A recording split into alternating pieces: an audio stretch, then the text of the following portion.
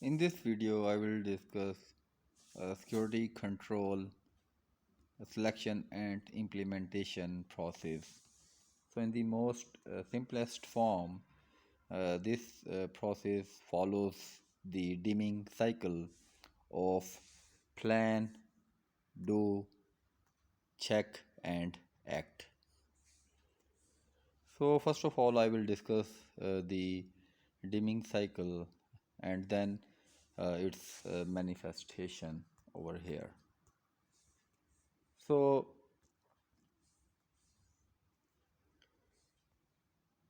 dimming cycle was first highlighted by ISO 27000 2009, and then the follow-up versions, and also NIST risk management framework.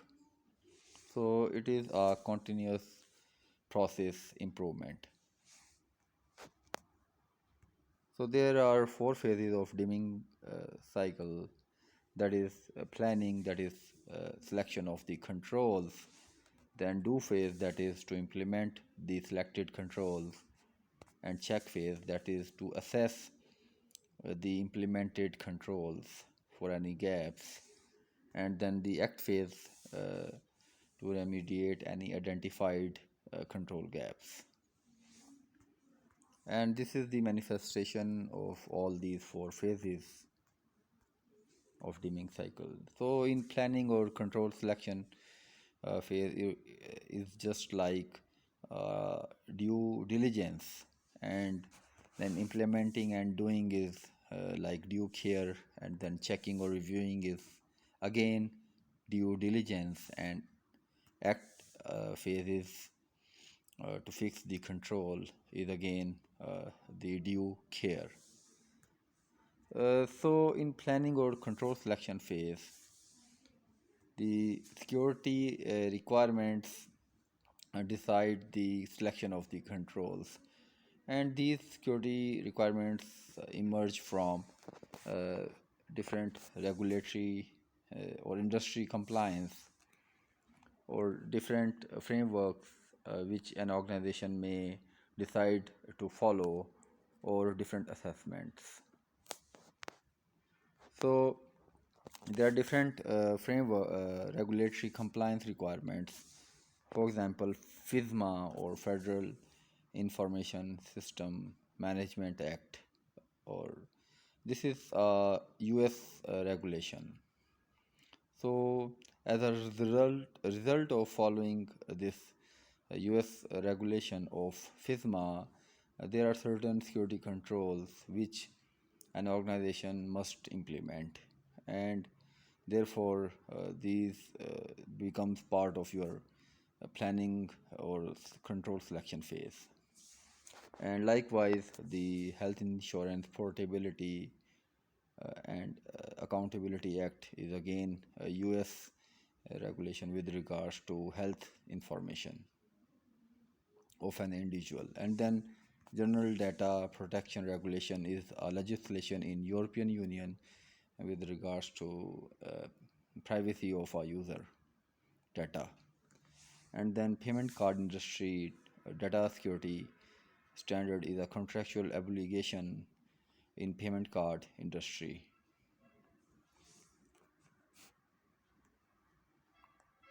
So there are certain frameworks which an organization may adopt, and as a part of adopting that framework, an organization may have to implement certain security controls. So the advantage of a framework is that it is it decide an overall strategy or approach toward implementing security in an organization, and these frameworks are not mandatory but volunteer effort, and this is not standard, because standard are mandatory rules as per the policy. However, these frameworks may help to decide a security baseline, and then this security baseline controls can be scooping, and through tailoring process can be modified and adopted as per the requirement of an organization. So the advantage is that once you follow a framework, you have a prioritized list of tasks or security controls, and these further are divided into manageable phases to implement. Now, as I have earlier said that the frameworks are not mandatory, and these are not exclusive, and these are not comprehensive. So, uh, however, framework may guide towards a particular regulatory or contractual compliance. For example, payment card industry data security standard, and then you have to follow the mandatory steps in that to comply with that regulation. So framework also create correlation or mapping of different frameworks. For example, if you follow one framework, it may have mapping or correlation with the security controls of another framework. So it would avoid redundancy or duplication of effort, and you can adopt many frameworks or comply to many frameworks by following a single framework. So frameworks are mostly focused, different focused areas.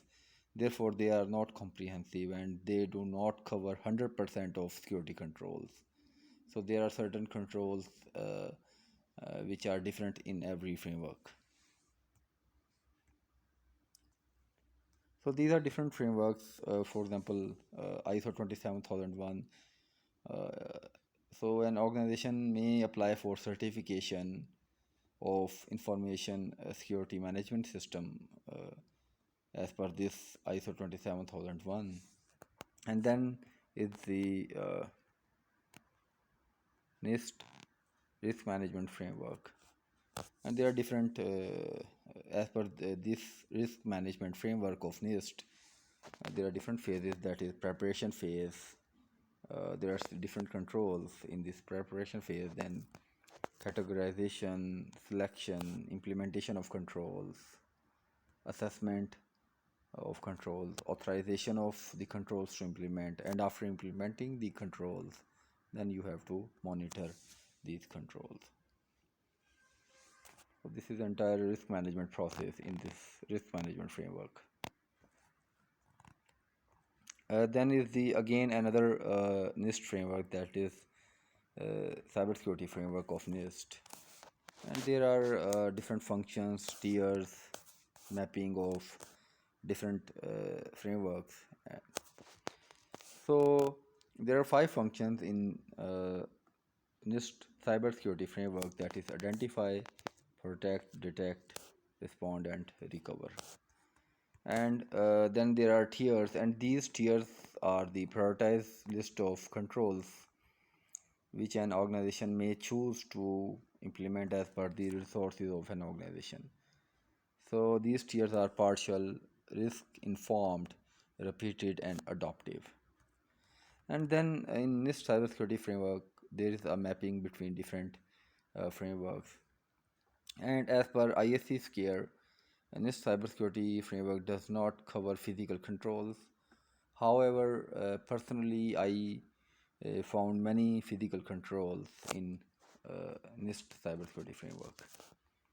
And then is the control objectives for business and information technology. So Hobbit is our framework by Isaka, and the overall objective of this Hobbit is IT governance and to align IT strategy with organization goals. So it also facilitate in regulatory compliance and risk management. Now there are 5 principles of Hobbit, that is meeting stakeholder needs, covering enterprise end to end, applying a single integrated framework, enabling a holistic approach and separating governance from management. And then there are five processes: evaluate, direct, and monitor, align, plan, and organize, build, acquire, and implement, deliver, service, and support, and finally monitor, evaluate, and assess.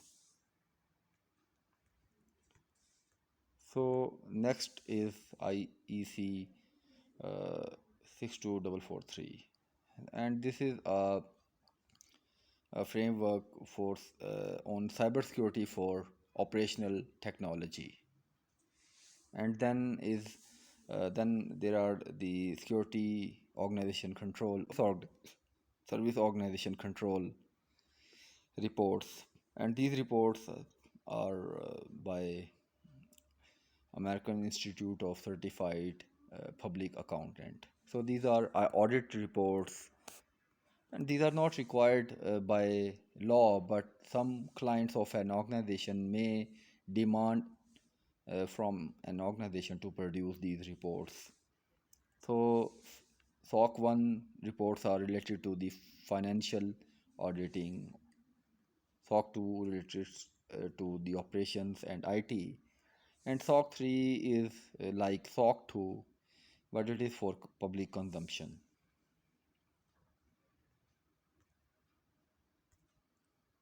So then there are different assessments, and as part of these assessment, you may identify and select to implement different controls.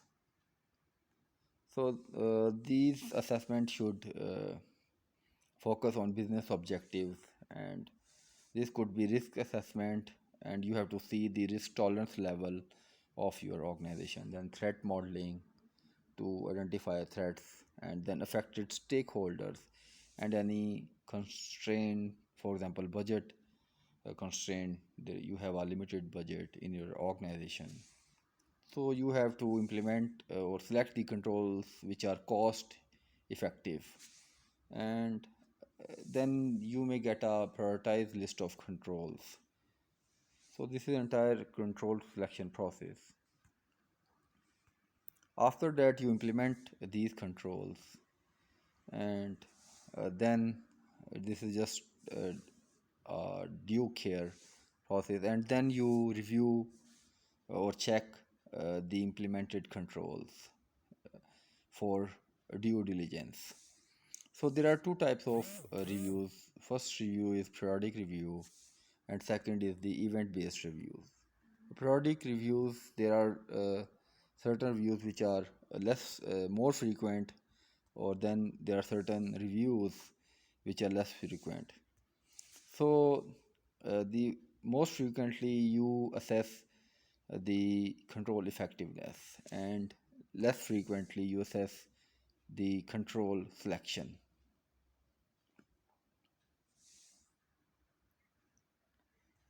Then besides these periodic reviews, there are certain reviews which are as a result of some events, for example, some breaches or incident or change in uh, staff or threat landscape or business environment or technology, or maybe you adopt a new framework, or there's a new regulation you have to comply, or there's a change in organization policy, or the social, political, or economic environment gets uh, change change.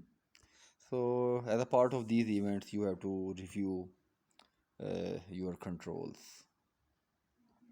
Then after reviewing the last phases, the act or to fix any control gaps or to implement any new control. So